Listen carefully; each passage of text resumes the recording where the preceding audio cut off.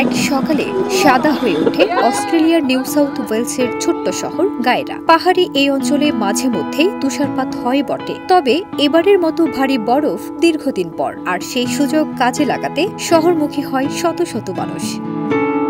এলএমই certified বিশ্বসেরা কপারে তৈরি Walton cables, যা আপনার স্থাপনাকে রাখবে সব সময় নিরাপদ। দূর দূরান্ত থেকে আসা মানুষের কারো জীবনে এই প্রথম বরফ দেখা। বরফের শুভ্রতাই যেন ছোটবেলার স্বপ্ন হয়ে ধরা দেয় বাস্তবে। আমি কুইন্সল্যান্ড থেকে এসেছি, জীবনে কখনো বরফ দেখিনি। এখানে দাঁড়িয়ে মনে হচ্ছে আমি সিনেমার কোনো দৃশ্যে আছি। এটা একদম স্বপ্নের মতো।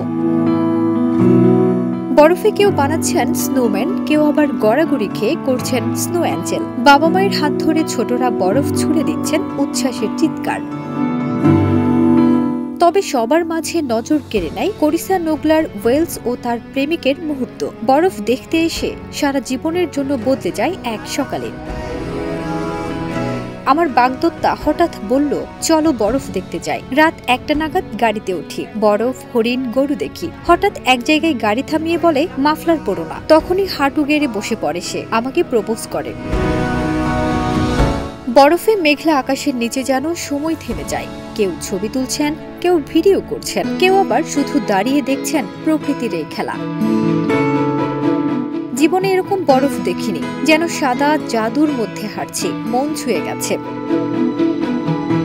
তবে এত সৌন্দর্যের মাঝেও ছিল কিছু দুর্ভোগ। বরফে আটকে যায় একাধিক গাড়ি। উদ্ধার অভিযানে নামে রাজ্য ইমার্জেন্সি সার্ভিস সংস্থার মতে 100-র বেশি গাড়ি বরফে আটকে পড়ে। তবু যারা এসেছিলেন তাদের কাছে এ এক ভোলা না ভোলার অভিজ্ঞতা। তুষারের রাজ্যে একদিন, যা থেকে যায় মনের অ্যালবামে সারা জীবনের জন্য।